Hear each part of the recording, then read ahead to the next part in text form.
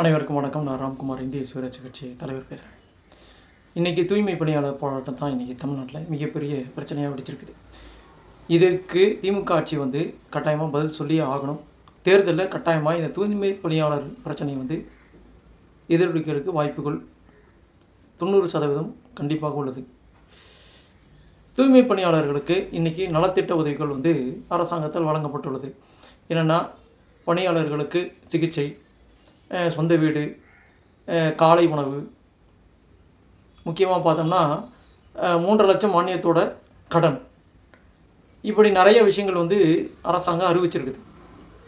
வரவேற்கத்தகுந்த விஷயந்தான். ஆனால் தூய்மை பணியாளர் போராட்டத்தை இந்த அளவுக்கு முன்னெடுக்க விட்டதற்கு அரசாங்கத்தின் மிகப்பெரிய சர்வாதிகாரம் பின்னாடி உள்ளது. இதுக்கு மேயர் பிரியா, சேகர் பாபு, KN நேரு, இந்த மாதிரி ஆட்கள் தான் முழுமையான சாட்சிகள். அதாவது ஓவர் நைட்டில் ஒரே நாளில் கிட்டத்தட்ட இத்தனாயிரம் தூய்மை பணியாளர்கள் திடீர்னு போராட்டத்துக்கு வந்ததுக்கு எங்கே பிரச்சனை இருக்குது, எங்கே மர்மம் இருக்குது அப்படிங்கிறதே தெரியல. முதல்வர் ஸ்டாலின் அவர்கள் நான் ஆட்சிக்கு வந்தவுடனே தூய்மை பணியாளர்களை வேலையை நிரந்தரம் செய்வேன் அப்படிங்கிறது உறுதிமொழி கொடுத்தாரு. அவர் ஆட்சிக்கு 4 வருடம் காலம் ஆகிவிட்டது. இதை பற்றி அவர் மூச்சே விடலை. இதற்கான எந்த ஒரு முன்னெடுப்பு நடவடிக்கை எதுவுமே அவர் செய்யலை. இதுக்கு நடுவில் ஆளாளுக்கு நாட்டமை பண்ணி ஆளாளுக்கு அரசியல் பண்ணது தான் தூய்மை பணியாளர்களுடைய பிரச்சனை இவ்வளோ போராட்டத்துக்கு தீவிரத்திற்கு காரணம்.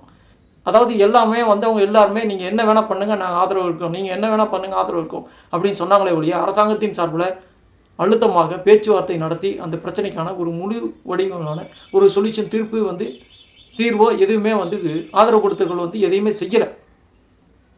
தூய்மை பணியாளர்களை உசுப்பேற்றி விட்டு போராட்டத்தை, பிரச்சனையோட தீவிரத்தை உத்வேகம் பண்ணாங்களே ஒழிய அரசாங்கத்திற்கு போதுமான அழுத்தம் இந்த எதிர்கட்சிகள், அதிமுக, சீமான் என்ற போன்ற எதிர்கட்சிகள் ஏன் கம்யூனிஸ்டே செய்யலை.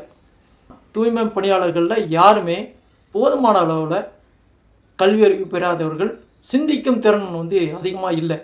அவங்க சொல் பேச்சு கேட்டு நடக்கின்ற சூழ்நிலையில் உள்ளவர்கள் தான். ஏன்னா அவங்களுக்கு சுய சிந்தனை அப்படிங்கிறதுக்கான ஒரு வழித்தடங்கள், அடிப்படை சிந்தனைகள் அப்படிங்கிறதுலாம் எதுவுமே இல்லாத ஒரு சூழ்நிலையில் இருக்கும்போது தூய்மை பணியாளர்கள் அப்படி போராட்டத்தான் செய்வாங்க. ஏன்னா அவர்களுக்கு சரியான வழிகாட்டுதல் தலைமைகள் இல்லாமல் போனதற்கு இந்த போராட்டம் இவ்வளோ பிரச்சனைக்கான மூல காரணம்.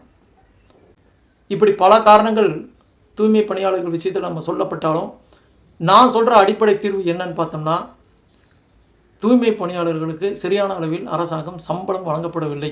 இதுதான் நான் விசாரித்த வரைக்கும் முதல் கட்ட பிரச்சனை. 2வது கட்ட பிரச்சனை என்னென்னா, சம்பளம் 23,000 சம்பளத்தை நீங்கள் 17,000 சம்பளமாக தனியார் டெண்டர் மூலமாக நீங்கள் மாற்றினீங்க. இது ஏன் அந்த மாதிரி ஒரு 7,000 சம்பளம் குறைக்கிறதுக்கு சரியான காரணம் என்ன? ஏன்னா இன்றைக்கி இருக்கிற விலைவாசியில் ஒருத்தன் 17,000 சம்பளத்தை வச்சு வாழ முடியுமா? கொஞ்சமாக அறிவு வேணாமா? அடிப்படை பிரச்சனைங்கிறது இதுதான்.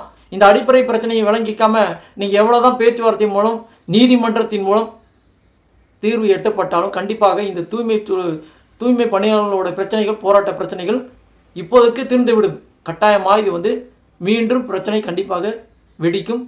தேர்தலில் இதுக்கான ஒரு ரிசல்ட்டை நீங்கள் கண்டிப்பாக பார்ப்பீங்க.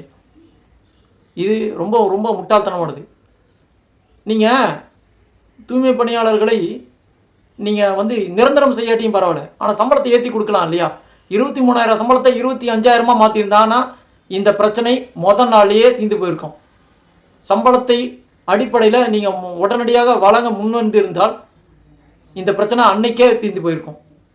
இதெல்லாம் எதுவுமே செய்யாமல் முட்டாள்தனமாக எல்லா நலத்திட்ட உதவிகளும் கொடுத்து எல்லா நல்லது செஞ்சு மெயினான பிரச்சனையை நீங்கள் கையில் எடுக்காமல் போனது அரசாங்கத்தின் மிகப்பெரிய தப்பு.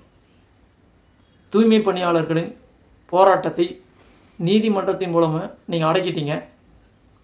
அந்த போராட்டம் தற்காலிகமானதாக இருக்கின்றது. அதை நிரந்தரமாக்கி விடாதீர்கள். கடைசியான ஒன்று தான் சொல்லிக்க முடியும். தூய்மை பணியாளர்களுடைய அடிப்படை விஷயங்களை பாருங்கள், பிரச்சனையை சரி செய்யுங்க. கார்ப்பரேட் லெவலில் செயல்படாதீங்க. ஒரு அரசாங்கமாக, ஒரு சமூக நீதிக்கான ஒரு தோழமையாக அடிப்படை ஏழை மக்களின் மனசாட்சியோடு அந்த மனநிலையோடு செயல்படுங்கள் அப்படிங்கிறது தான் நான் சொல்கிறேன். இந்த மாதிரி நீங்கள் யோசித்து இந்த கொள்கையில் நீங்கள் செயல்பட்டீங்கன்னாவே தூய்மை பணியாளர்கள் போராட்டம்னு எந்த போராட்டம் வந்தாலும் கண்டிப்பாக நிர்மூலமாயிடும். இந்த பிரச்சனை மறுபடியும் வரதுக்கு வாய்ப்பே இல்லை. தூய்மை பணியாளர்களுக்கான போதுமான சம்பளத்தை வழங்க வேண்டுமென்று எனது கடைசி கட்ட கோரிக்கையாக நான் வைக்கின்றேன். மீண்டும் சந்திப்போம். நன்றி, வணக்கம்.